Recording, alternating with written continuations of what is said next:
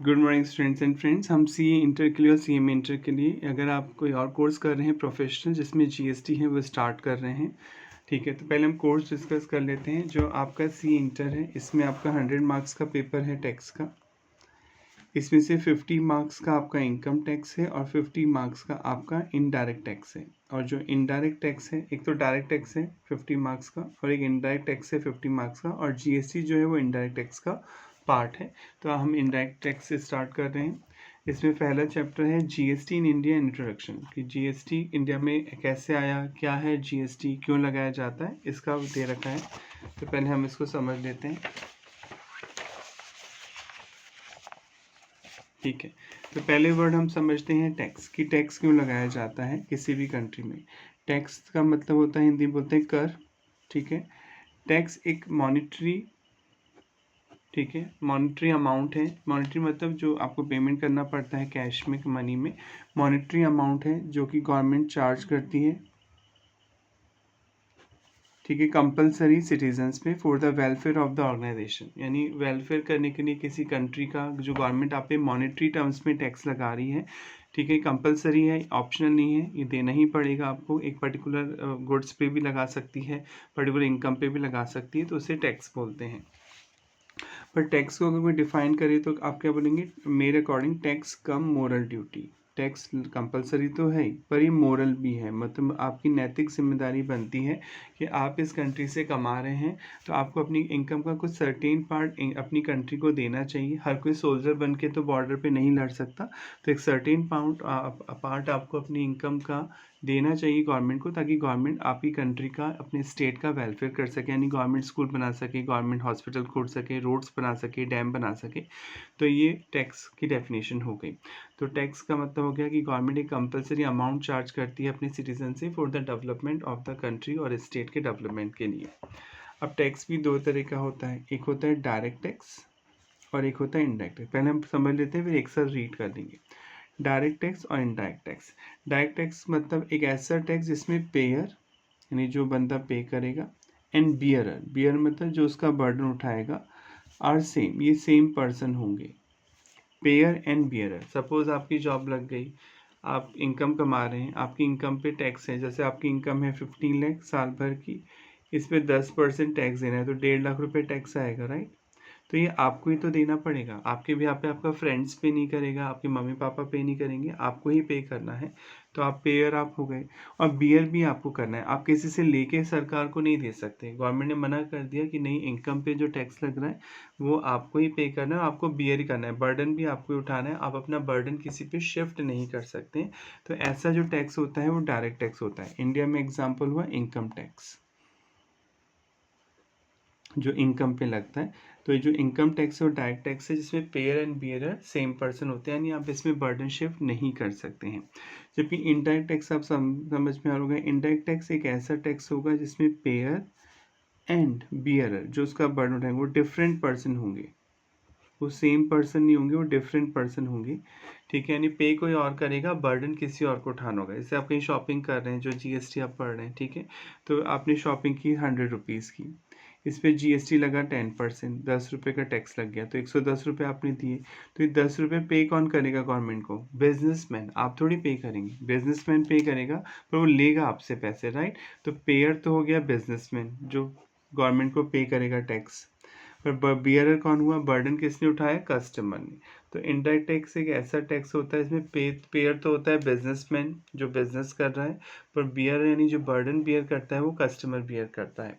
तो पहला डिफरेंस तो ये हो गया कि डायरेक्ट टैक्स में payer and bearer are same person, यानी जो पेमेंट करेगा वही उसका बर्डन भी उठाएगा। You can not shift the burden to someone, आप किसी पे इसका बर्डन शिफ्ट नहीं कर सकते हैं। इनडायरेक्ट टैक्स एक ऐसा टैक्स होगा जिसमें पेयर और बियर डिफरेंट पर्सन होंगे, यानी जो पेयर होगा वो तो बिजनेसमैन होगा, बर्डन कस्टमर को उठाना होगा, यानी बियर डिफरेंट पर्सन होगा। दूसरा क्या डिफरेंस हो सकता है इन दोनों में? जो डायरेक्ट टैक्स होता है ये प्रोग्रेसिव नेचर का होता है। प्रोग्रेसिव, प्रोग्रेसिव मतलब जैसे जैसे इनकम कमाते जाओगे टैक्स बढ़ता जाएगा। डायरेक्ट टैक्स में ऐसा ही होता है, जो अमीर आदमी होता है वो ज़्यादा टैक्स देता है, जो गरीब होता है, कम रिच होता है, वो कम टैक्स देता है। तो जो डायरेक्ट टैक्स होता है प्रोग्रेसिव नेचर का होता है, जैसे जैसे इनकम बढ़ती जाएगी टैक्स बढ़ता जाएगा। जबकि इनडायरेक्ट टैक्स रिग्रेसिव नेचर का होता है। रिग्रेसिव मतलब इससे आपकी पेइंग कैपेसिटी नहीं देखी जाती है इनडायरेक्ट टैक्स में, इसमें रेट फिक्स है, ठीक है। चाहे मैं बिस्किट खरीदूँ का पैकेट खरीदूँ, चाहे आप बिस्किट का पैकेट खरीदें, या कोई नॉर्मल इंसान गरीब आदमी बिस्किट का पैकेट खरीदे, राइट, रिक्शे वाला, तो जीएसटी की रेट तो फिक्स है 10%। 100 रुपीज़ का बिस्किट का पैकेट है 10 रुपये, सबको ये 10 रुपये देने, चाहे पेइंग कैपेसिटी ज़्यादा हो, चाहे किसी की पेइंग कैपेसिटी कम हो, किसी की पेइंग कैपेसिटी ज़्यादा हो, कोई रिच हो गरीब हो, सबको एक जैसा ही टैक्स देना होता है। रेट बदलती नहीं है टैक्स की इनकम के अकॉर्डिंग, कि भाई वो रिच है तो उस पर ज़्यादा जीएसटी लगा दो, कोई गरीब है तो उस पर कम लगा दो। तो रिग्रेसिव नेचर के होते हैं इनडायरेक्ट टैक्स, मतलब इसमें पेइंग कैपेसिटी नहीं देखी जाती कस्टमर की, उन पे एक जैसी रेट से टैक्स लगाया जाता है। क्योंकि डायरेक्ट टैक्स प्रोग्रेसिव नेचर का होता है, इसमें पेइंग कैपेसिटी देखी जाएगी, जितना जो ज़्यादा इनकम अर्न कर रहा है उसे ज़्यादा टैक्स पे करना होता है। तो डायरेक्ट टैक्स एक ऐसा टैक्स होता है इसमें pair and bearer same person होंगे, ये प्रोग्रेसिव नेचर का होता है। जबकि इनडायरेक्ट टैक्स पे में पेयर और बियरर डिफरेंट पर्सन होंगे, और ये रिग्रेसिव नेचर का होगा, यानी इसमें पेइंग कैपेसिटी इरेलीवेंट होगी कस्टमर की। अब हम रीड कर लेते हैं। आपको मॉड्यूल की लैंग्वेज ही लिखनी है एग्ज़ाम में, इंस्टीट्यूट आपसे ये एक्सपेक्ट करता है कि आप मॉड्यूल की लैंग्वेज ही लिखें, तभी आप अच्छे मार्क्स मिलेंगे। अगर आप अपनी लैंग्वेज लिखते हैं तो जनरली मार्क्स उतने अच्छे नहीं मिलेंगे जितने आप मॉड्यूल से पढ़ के लिखेंगे। तो आप मॉड्यूल को पहली प्रेफरेंस दीजिए। आप कोई भी रेफरेंस बुक यूज़ कर सकते हैं प्रैक्टिस के लिए, पर आपकी लैंग्वेज लॉ की होनी चाहिए और मॉड्यूल से होनी चाहिए, ठीक है, अगर आपको अच्छे मार्क्स लाने हैं तो। देखिए, इन एनी वेलफेयर स्टेट, किसी भी वेलफेयर स्टेट में, it is a prime responsibility, prime मतलब मेन रिस्पॉन्सिबिलिटी, जिम्मेदारी होती है गवर्नमेंट की, to fulfil the increasing development needs of the country, की जो कंट्री की डेवलपमेंट की नीड्स है, कंट्री को जो डेवलपमेंट करना है उसकी जो नीड्स है उसे फुलफिल करे। जैसे रोड्स बनाए, डैम बनाए, ठीक है, इंफ्रास्ट्रक्चर डेवलप करें, and it's people by way of public expenditure, इसलिए गवर्नमेंट को पब्लिक पे खर्चा करना होता है, उसे पब्लिक एक्सपेंडिचर बोलते हैं।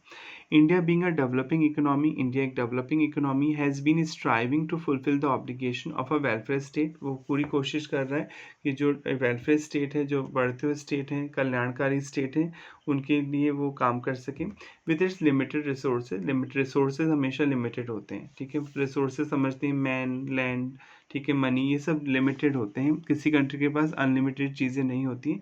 The primary source of revenue being the levy of tax, levy मतलब होता है चार्ज करना, ये लॉ का वर्ड है।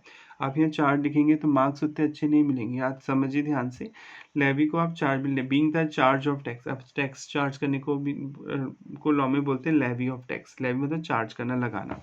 तो मेन जो गवर्नमेंट की इनकम होती है वो टैक्स है, रेवेन्यू है, रेवेन्यू मतलब इनकम, गवर्नमेंट जो टैक्स लगा रही है आपके लिए तो एक्सपेंस है, खर्चा है, पर वो गवर्नमेंट के लिए इनकम मानी जाएगी। Though the collection of tax is to augment as much revenue as possible to the government, जितना ज़्यादा टैक्स का कलेक्शन होता जाएगा गवर्नमेंट के लिए रेवेन्यू होगी। टू प्रोवाइड पब्लिक सर्विस, ताकि वो पब्लिक सर्विस दे सके। Over the years it has been use as an instrument of physical policy, एक तरह से टैक्स लगाना फिजिकल पॉलिसी का पार्ट है। फिजिकल यानी मॉनिटरी पॉलिसी, जो पैसा कलेक्ट कर रही है, फिजिकल मतलब मॉनिटरी, कैश की टर्म में, to stimulate economic growth, economic growth को बढ़ाने के लिए। Thus therefore tax are collected to fulfil the socio economy objective of the government, एक तो सोसाइटी का भला हो सके और इकोनॉमिक डेवलपमेंट हो सके, इससे गवर्नमेंट आपसे टैक्स कलेक्ट करती है। चाणक्य के अकॉर्डिंग क्या मतलब है, collect tax from the citizen as honey bees collect nectar from the flower gently and without inflicting pain, ये टैक्स पब्लिक से इस तरह से कलेक्ट करना चाहिए जैसे जो मधुमक्खियाँ फ्लावर से जब फूल जो शहद बनाने के लिए नेक्टर कलेक्ट करती हैं तो फूल को चोट नहीं पहुंचाती हैं, पेन नहीं करती हैं। सेम उसी तरीके से आप पब्लिक से टैक्स कलेक्ट करिए, अगर बहुत ज़्यादा टैक्स कलेक्ट करेंगे तो पब्लिक को पेन होगा, ठीक है, पब्लिक चोरी करेगी ज़्यादा टैक्स की। तो इसलिए कोशिश ये करनी चाहिए हर गवर्नमेंट को कि वो इस तरह से टैक्स स्ट्रक्चर बनाए कि पब्लिक टैक्स देने के लिए रेडी हो। Now the question arises, what is tax? Tax का मतलब क्या है, ठीक है। Tax is defined as a pecuniary, pecuniary मतलब मॉनिटरी, पैसे में। टैक्स मॉनिटरी बर्डन, बर्डन है, कंपलसरी कर दिया, देना ही पड़ेगा, कोई इच्छा से तो दे नहीं रहा। लेड अपॉन इंडिविजुअल, इंडिविजुअल मतलब नेचुरल पर्सन से मैं और आप, और प्रॉपर्टी ऑनर पे लगाती to support the government. A payment exacted by legislative authority, यानी जो टैक्स लगाएगी वो कोई लेजिस्लेटिव मतलब लॉ की अथॉरिटी होगी, कोई आदमी आके टैक्स नहीं लगाएगा, एक कानून बनेगा, एक अथॉरिटी बनेगी जो आप पे टैक्स लगाएगी, जैसे इनकम टैक्स डिपार्टमेंट हो गया, जीएसटी डिपार्टमेंट हो गया। A tax is not a voluntary payment, ये कोई वॉलंटरी पेमेंट और डोनेशन नहीं है जो आप अपनी इच्छा से दे रहे हैं, बट एन इन्फोर्स कॉन्ट्रीब्यूशन, आप पे फोर्स किया जा रहा है कि देना ही पड़ेगा। Exacted pursuant to the legislative authority, exacted मतलब लिया जा रहा है, परसुएंट मतलब according to legislative authority, legislative मतलब लीगल अथॉरिटी के द्वारा। यानी कोई अगर पूछे तो टैक्स क्या है, एक इन्फोर्स कॉन्ट्रीब्यूशन है जो आपको देना ही पड़ रहा है, मजबूरी है आपकी। ये कोई डोनेशन नहीं है कि आप अपनी इच्छा से दे रहे हैं, जो कि किसी लीगल अथॉरिटी के द्वारा आप पे इम्पोज किया जा रहा है। In simple word, tax is nothing but money that people pay to the government which is used to provide public services. ये कोई मतलब टैक्स को अगर डिफाइन करना हो तो एक पैसा है जो लोग दे रहे हैं गवर्नमेंट को पब्लिक सर्विसेज के लिए, ठीक है। डायरेक्ट टैक्स पढ़ा दिया था अभी। Direct tax is a kind of charge which is impose directly on the tax payer, जो टैक्स पेयर पे लगाया जाता है, and paid directly to the government, जो गवर्नमेंट को देना होता है, बाय द पर्सन जुरिस्टिक और नेचुरल। जुरिस्टिक मतलब जैसे कंपनी वगैरह जैसे कानून बनाता है वो जुरिस्टिक पर्सन होते हैं, और नेचुरल जैसे मैं और आप ए नेचुरल पर्सन हैं, ठीक है, वो हम दोनों को देना, नहीं कंपनी को भी देना होता है, फर्म को भी देना होता है, जिन्हें कानून ने बनाया है, कंपनी रजिस्टर्ड होती है कंपनीज एक्ट में, तो वो जुरिस्टिक पर्सन मतलब आर्टिफिशियल पर्सन है, लीगल पर्सन है, वो भी देंगे टैक्स, और जो नेचुरल पर्सन है वो भी देंगे tax, on whom it is impose, इन पे लगाया जाता है। और direct tax can not be shifted by the tax payer to someone else, आप किसी पे शिफ्ट नहीं कर सकते हैं डायरेक्ट टैक्स का burden. A significant direct tax impose in India is income tax, जो भारत में लगाया जाता है डायरेक्ट टैक्स सिग्निफिकेंट मेनली वो इनकम टैक्स होता है।